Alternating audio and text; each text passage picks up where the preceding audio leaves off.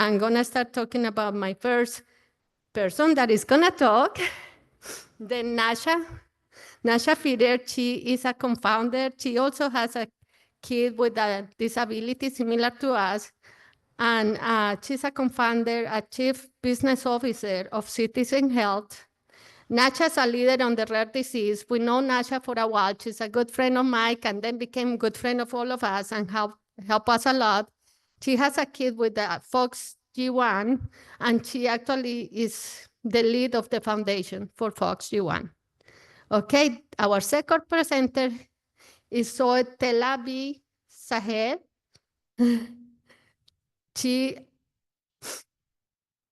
I'm gonna present. Sorry. Okay, she's a senior director of RedX research program. She has a lot of 2 decades of research on board of her on developmental disorders in genetic, epigenetics, and data science. Next is gonna be Jolene. A lot of people know Jolene Nolan. She is the study coordinator at SHOP. And Jolene has a very interesting story also. She is also a co-founder of a rare disease TBC1 DIV24, and she has advocated for a long time in epileptic encephalopathies. Next is Katie Angioni. She's a genetics counselor at the Children's Colorado, and she is also dedicated just focusing on developmental epileptic encephalopathies. And Jay, you all are gonna meet Jay today, or a lot of people know Jay, but Pamanathan, she's a MD, he's a director, medical director for Beacon Biosignals, and his expertise are neurophysiology, and he has extensive knowledge on EEG and all the applications of EEG. Then that's my panel. Then first Nasha. Oh, and that's Sophia.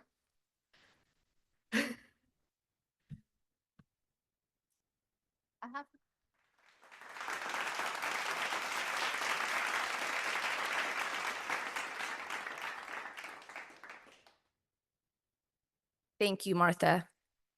Okay, so Martha already gave a little bit of introduction on me and Citizen. First, I do have to say that, yes, I am a good friend of Mike's, and I had become a good friend of a lot of other folks in the foundation. And it's very unlucky when you get a diagnosis that your child has Syngap. But I think if you're going to pick a rare disease, this is a great one because you just have such strong leadership. I work with a lot of different rare disease groups, and I think this is probably the best, well-run, most professional, forward-thinking group out there. And you've got Mike and Virginia and a ton of other leaders that are really exceptional. So in that sense, you're really lucky.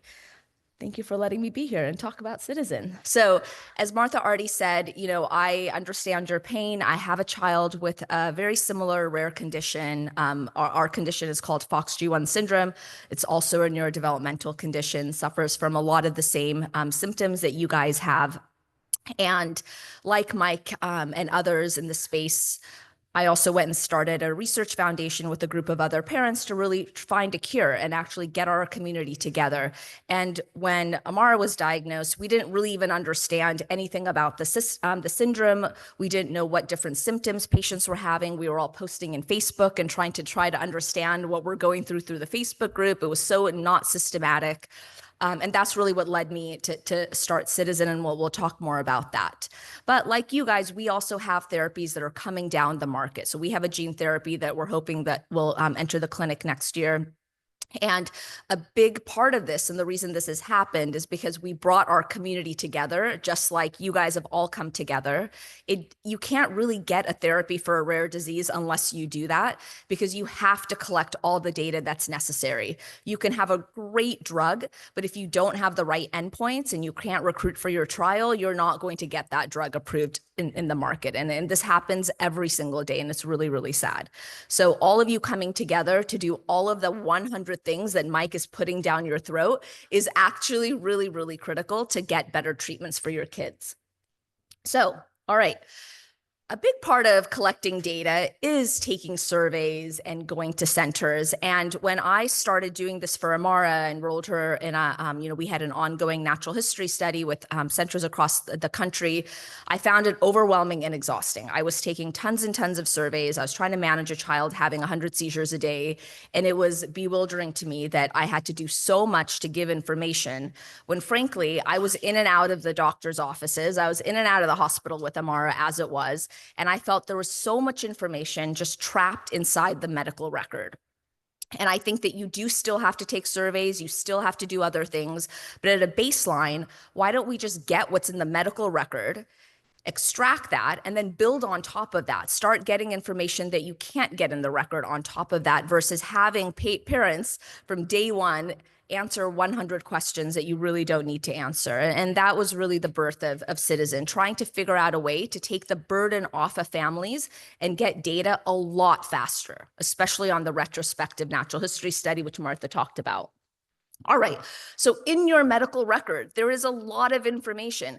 Many of you probably have access to my chart, and you may have noticed that the information in my chart is about 20% of actually what is in the medical record, because all of the unstructured data, clinicians love writing essays. I don't know, maybe that's the way you did in medical school, but they love writing essays and paragraphs. None of that goes into my chart. So none of the clinic notes are in there. None of your imaging studies are in there. None of your EEGs are in there. Has anyone ever tried to go and collect their EEG tracing? It is an incredibly painful process. I said in another meeting, if someone asked me to do that, I would have to quit my job for a week and do nothing but try to collect Amara's EEGs. It's very hard. So all of that, and we have a legal right to it, but it's all trapped and it's really hard for families to get that data. And so this is what we have really developed at Citizen. So this is a platform where you as the caregiver are in the center. We, on your behalf, using your own legal right, will go and collect all of this information, give it to you first because it is your data. You get everything in a portal, and then you have the right to consent to share that in a de-identified way with all of these other parties that need your information to create better drugs and treatments. And that is the fundamental premise of Citizen, is getting your data for yourself so you can help yourself and help your community, and then sharing that data to create better drugs. This takes 5 minutes. This was a big deal for us, and we have some other folks from Citizen here, and they hear me say it again and again, and Mike has screamed at us a million times about our onboarding. It has to be simple. We are too busy. Any platform that is not simple is not thinking about the patient experience.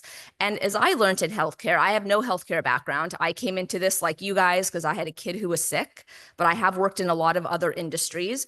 For some reason in healthcare, we have literally the worst consumer experiences. Everything is terrible. We're just patients. We're supposed to be patient, just sit and wait. No one is thinking about our user experience. This is a problem. We are really busy. We have children who are very sick.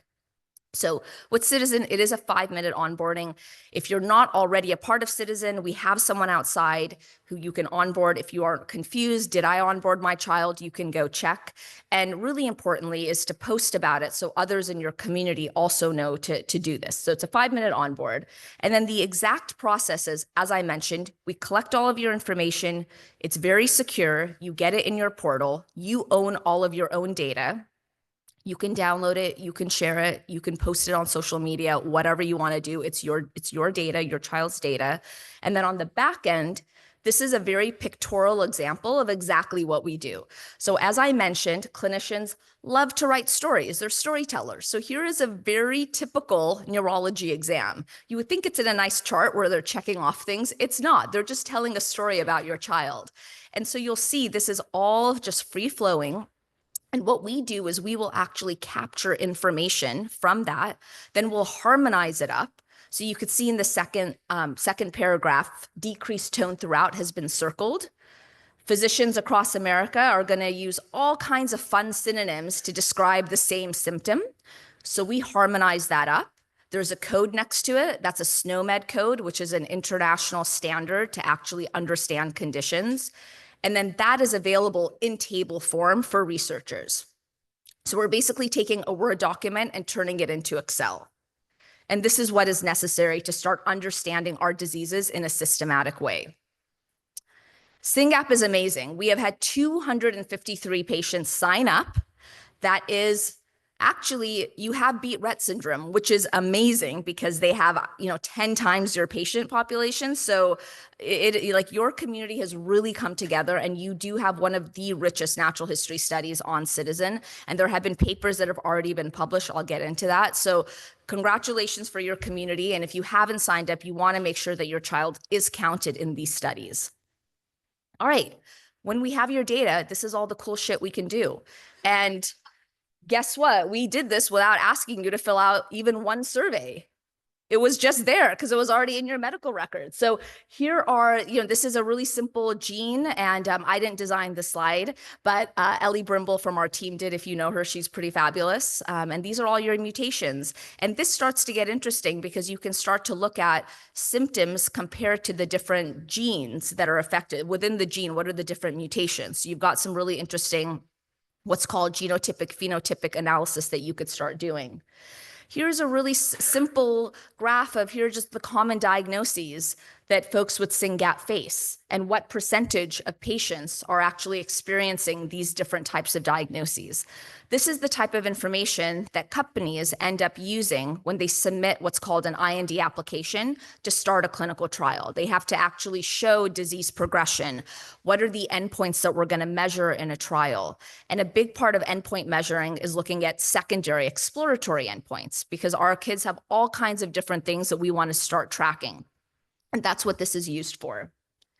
This is a really fun one on seizure onset.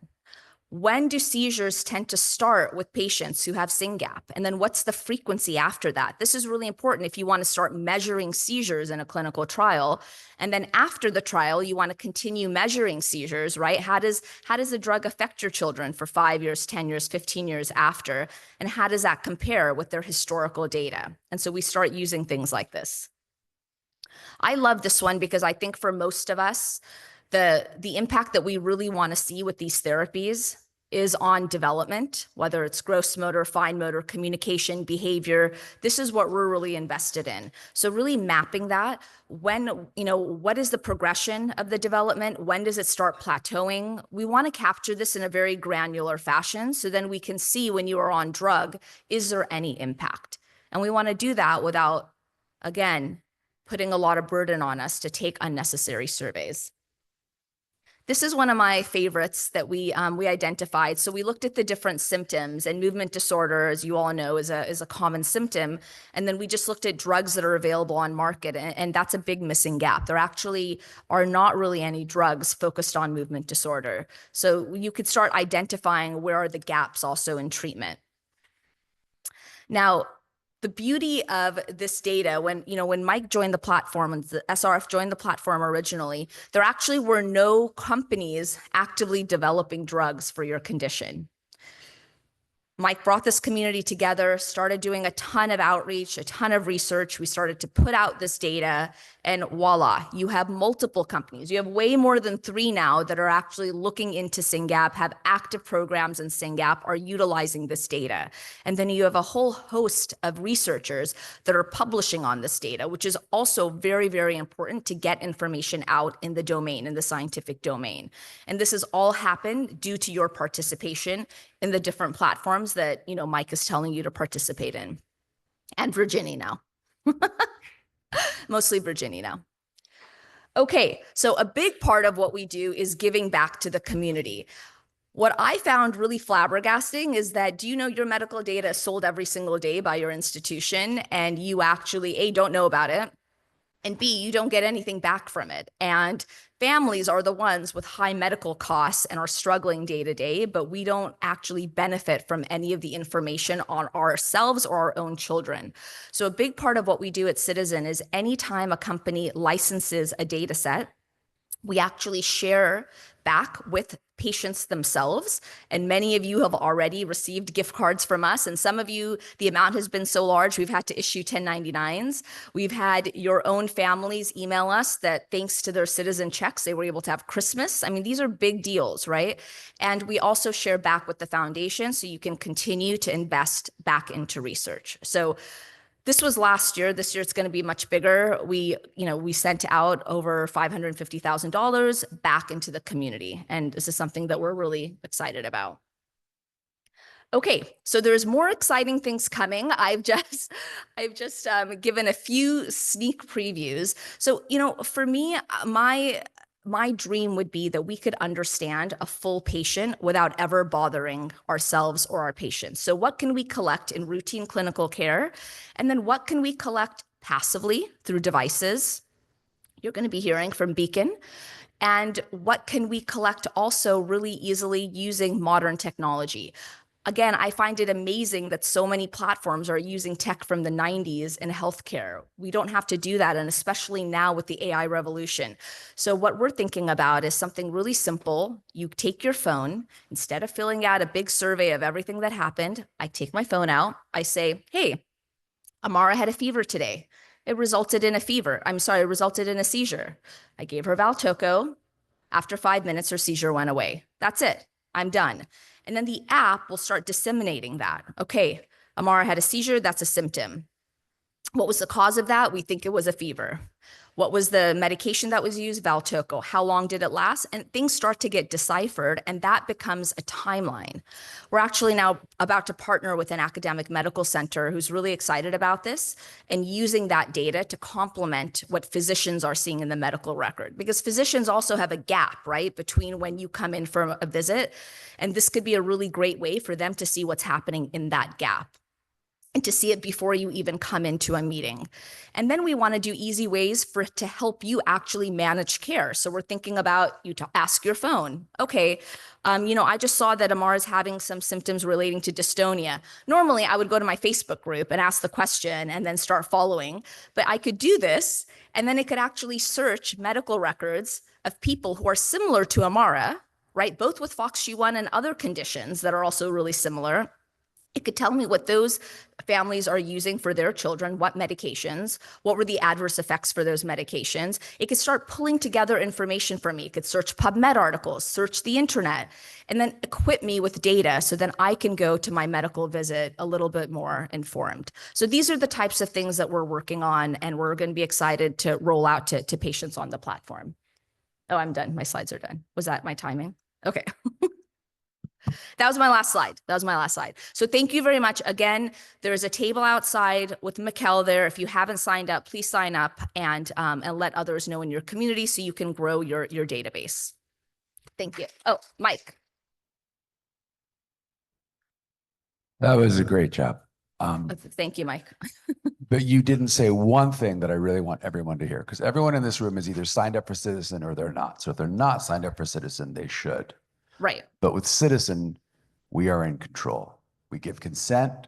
We take our legal right and we ask you to collect on our behalf, and you do.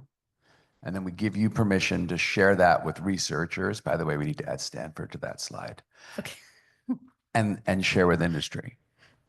But if you have already signed up for Citizen, do you guys regularly update it by yourselves, or do I need to do something? This is a great question. So we are going to be rolling out automatic refreshes. That's coming, but we can only refresh on institutions that you've already told us that your child has been seen at. So if you've seen a new institution, you do need to go and just let us know. It's really easy. You just let us know they've been seen at a new institution, and then we can go and get their records. And also, we're going to be doing refreshes at a time frame, but you can go in at any time to the platform and just ask for your records to be refreshed. And I would recommend that. So it is up to date, and then you always have your latest information. And again, it is super simple to go in and do that. We are going to be rolling out an app that will make it a lot easier for you to do that. And we'll start sending you notifications just to remind you, hey, have you gone to any new doctors? So you can, we'll start to make things a little bit more easier for you. But right now you can go to the web app and do that. There's people from all over the world in here. Can you just talk about global, US? Okay, so we are opening up international. So international patients can come and join the platform. Now, unfortunately, we have not figured out how to collect medical records in other countries across the globe yet. We're working on that. But in the meantime, international families can go and upload their own information. And we are starting to put together guides. So for countries like Canada, it's actually quite easy. It's easier to get your medical records, and we've put together a guide to help Canadian families do that. We're doing the same in Australia. So we could share that out. But otherwise, you can upload all your information. And one thing we are working on is, regardless of where in the world you are, if you upload your genetic report, we will be able to add that genetic data to we'll be able to extract and add that data to the overall natural history study. So that's something we're doing for international. Also, for patients on the platform now, you might not be that thrilled with your app. It's a little bit hard to find information in your records. We are working on improving all that. So a big focus for us next year is going to be applications and experiences for the patient themselves. So there'll be more and more rolling out, and there'll be a way for you to give us feedback so we can iterate and make it something that's more useful for you. I know there's a question here. Did you have a question?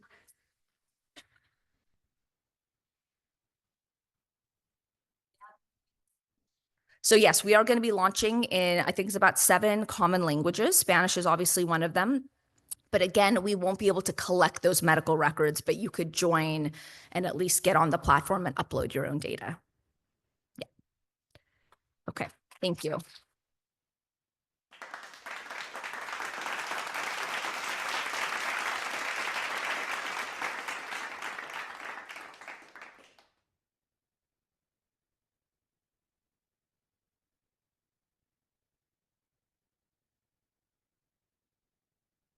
Hi, everyone. My name is Zohreh Talebizadeh. I'm a senior director of the RareX research platform of Global Genes. And I guess let me figure out how to move the slides. Do we have my slides or should we?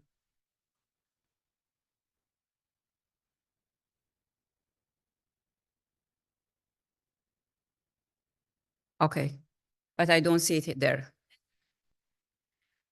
Okay. Okay, so I will just follow that, but no, but everyone needs to see that, right? So.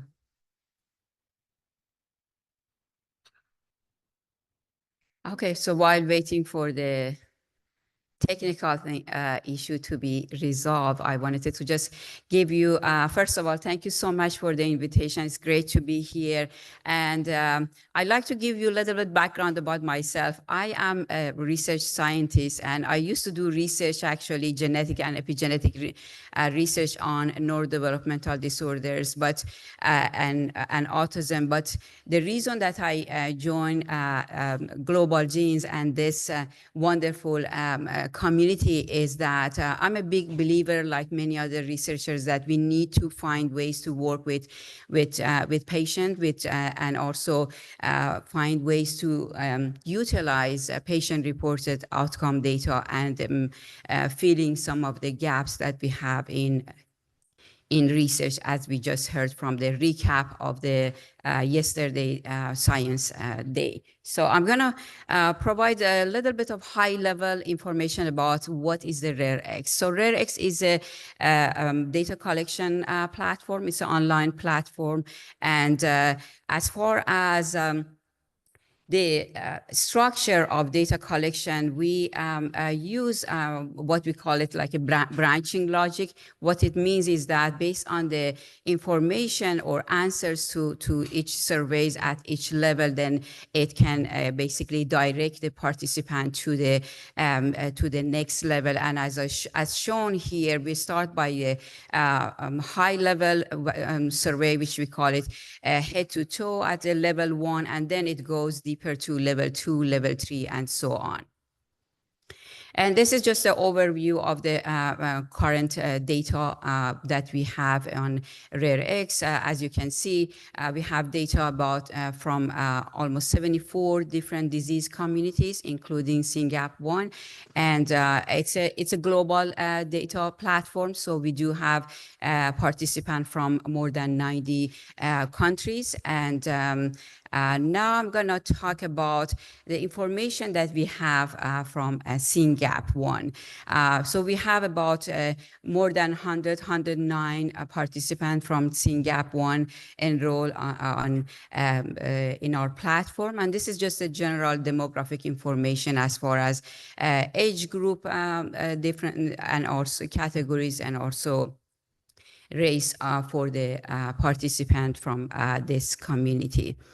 And this is, again, another high-level overview of currently distribution of basically the top domains for Syngap as, again, expected neurodevelopmental, again, disorders, and also some other issues have been reported at the highest level. For this graph, I just focus on the those domains that have been reported more than 30%. So there are obviously more than that list. And this is sort of, again, the same type of information, but from the level 2 surveys, which, again, highlight the top symptoms reported for this community. And again, as you can see, I just wanted to highlight, as expected, seizure, for example, have been reported 85% of the participant, Syngap1 participant on Rare X have been reported to have seizures. And we also, I just wanted to show in this slide some of the reports collected from, again, those surveys. And this is one of the level 3 survey, ABC survey, that one of the questions asked about is patients functioning limited is in some way due to which one of the impairments. And I just wanted to highlight, again, based on reports, just responses to this particular question, again, seizure and has been noted as one of the most areas of concern by parents with respect to functions of their loved one. And the reason I highlighted that is that I want to briefly in the following slides share with you some of the data that we have collected so far and look at those with respect to seizure. What I mean by that is that I wanted to see if we just focus on seizure presence and absence of seizures for Syngap1, do we see any differences with respect to profile of domain symptoms in this community, in this population? And I also want to highlight that I don't want to make a kind of a scientific conclusion because, again, because of this sample size. As we heard earlier, sample size is the key, right? So I just want to show the potential of this type of platforms as far as giving us some ways to detect trends or detect maybe potential changes over time. So in this table, I just summarize frequency of some of the symptoms related to, again, reported for Syngap1, but I separated those based on for the group that they have had basically seizures, which I call it yes, the column that says yes, meaning there has been a report of seizure, and the column next to that in blue font color belongs to the participant that they didn't have any seizures. So I just wanted to, again, highlight that if we start looking at this type of profiling, we may find some potential unique phenotypic profiles. And I highlighted three specific symptoms. One is anxiety, the next one short attention span, that those looks like, again, I don't want to make any concrete conclusion because, again, statistically, none of these are significant, but I thought it's interesting that we start to see some potential differences as far as frequency of, for example, social anxiety in the group that they have had seizure versus the ones that they haven't had any seizures. And I just highlighted actually any symptoms that have shown maybe differences as far as frequency greater than 20%. Otherwise, there are obviously more differences that you can see. So after seeing that, then I look back to our platform and wanted to see, do we see similar pattern for other conditions on Rare X that they also have seizures? Is it unique to Syngap 1, or is it this pattern also can be detected in other conditions that may have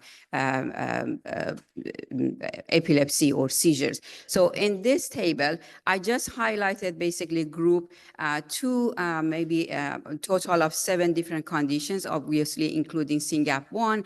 The top portion shown in green color, I group them as like a high seizure group because the frequency of seizures in those conditions, including SPP1, CHD2, the frequency of Syngap is greater than 50%, versus the other group of conditions in the lower part of the table shown in kind of a orange or a red color are the ones that conditions that the frequency of seizure is less than 30%. So I call it low seizure. And if you look at those symptoms that I highlighted in the previous slide, anxiety, for example, and short attention span, I think it's kind of interesting because it gives us a way to look at, to do maybe kind of a cross-disease comparison and see, for example, the pattern that we see in a group of a patient with Syngap 1 with seizure and without seizure. Is it the same in other conditions or not? So that's what I wanted to highlight in this slide, that we can start seeing some similarities and differences when we look at data from platforms like RareX, because RareX, one of the objective in this type of data model collection is to enable cross-disorder comparison. And in this slide, I also wanted to highlight that another, again, feature of this platform, RareX, is that it provides opportunity for collecting longitudinal data. So here, I just wanted to show 3 examples of 3 different patients with Syngap 1 and data points that we have collected from 3 different time points for these 3 different patients. Again, the purpose is not to make any conclusion, but the point I want to make is that to show the application, to show the potentials and opportunities that we could have with respect to using this type of platform, because then over time, for one patient, we might be able to see progression of different symptoms over time. Do they stay the same, or over time, do we see any changes? And as you can see in these 3 different patients, they all show different patterns. And here, again, I just wanted to summarize that as far as opportunities for using this type of platform is that, one, we can conduct cross-disorder comparisons, and we can also study longitudinal data collection and progression of symptoms over time using this type of data collection platforms. And also we can start seeing, is there any correlation or co-occurrence of different symptoms. As I I wanted to make a point in the sort of a pilot data analysis that I wanted to show you that, for example, if we even classify or stratify Syngap 1 patient based on just one factor or one phenotype, and that is presence or absence of seizures, we may start to see unique profile for those subset that have seizures versus the one that they don't have seizure. And that could provide additional information with respect to treatment or with respect to finding more effective medication or treatment option for each subgroups. And obviously, the power of this type of platforms is due to the participation of the community. So thanks to partnering with RareX for this data collection. And as I mentioned, so far we have about 109 Syngap 1 patient enrolled, and we would love to see those numbers as far as level 1, level 2, and level 3 survey data collection to go up. And that's how the seizure data that I showed you came from the level 2, which as you can see here, we have 53 participants completed those surveys, meaning the level 2 survey. And as we see more surveys being completed, obviously then the data that I showed you, then we can have the double of as far as sample size, and it improve the analysis and give researchers more opportunity to understand the disease progression. And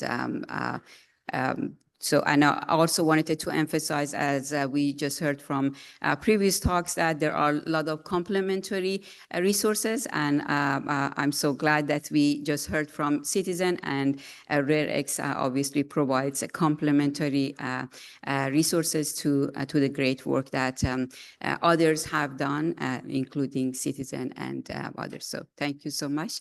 And if there are any questions, we are here and we have table, and happy to answer any questions, additional questions that you may have. Thank you.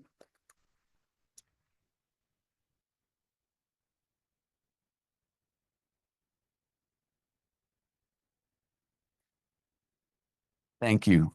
Just the one thing I want to emphasize for people, if they're doing the natural history study, the prospective natural history study at Penn or Stanford or Colorado, RareX is the platform that surveys are collected on. So that's, we use Citizen to collect medical records, retrospective, and then RareX is our platform for surveys, and is a strong partner with CHOP. So that's kind of, if people are like, why are we doing both? Very, very thoughtful and intentional as to why we have these two platforms.